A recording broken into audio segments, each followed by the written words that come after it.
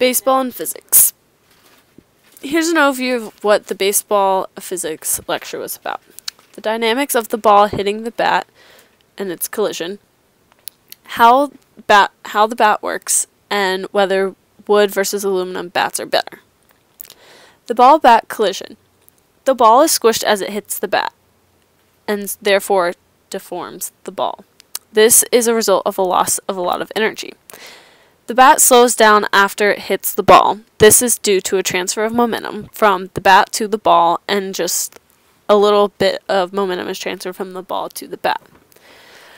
The batted ball speed can be calculated with the efficiency coefficient as well as the velocity of the pitch and the velocity of the bat.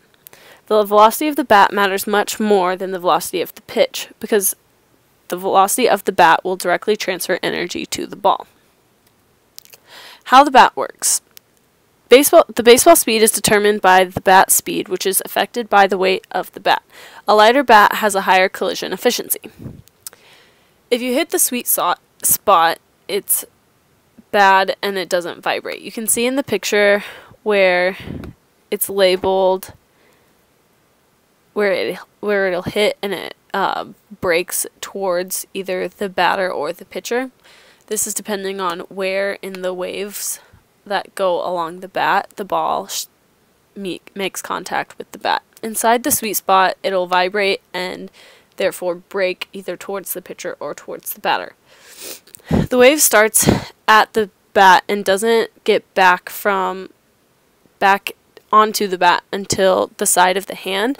So in reality, what you're doing with your hands at the end of the bat doesn't make a difference on the contact of the ball and the bat.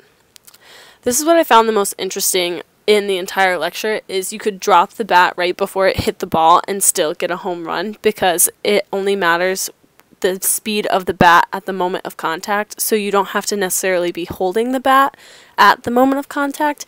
You just have to have it moving at a high enough velocity to make the correct force and contact. It was around this time when I went to the lecture.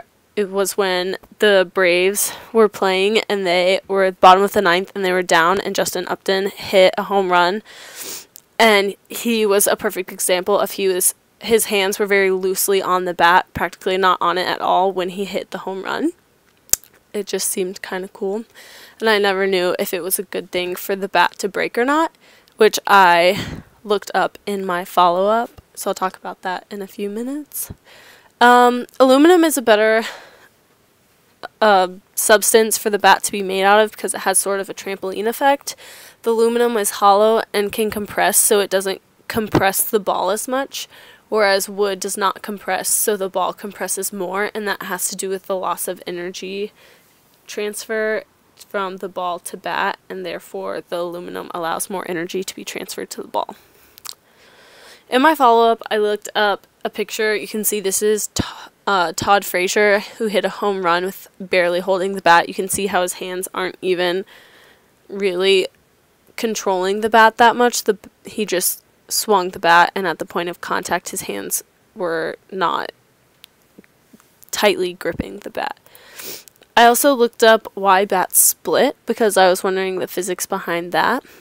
And so the bat might have a poor slope of grain, meaning that the wood doesn't align parallel with the length of the bat. So this has to do with when he was talking about the sweet spot and how the waves go in or around the bat, and so depending on where you hit it depends on the transfer and the better contact.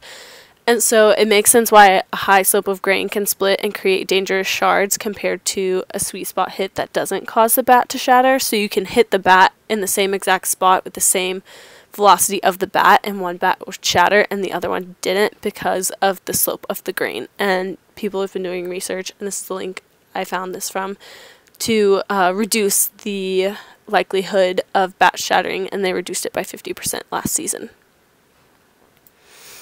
That is all. Einstein playing baseball. Woo!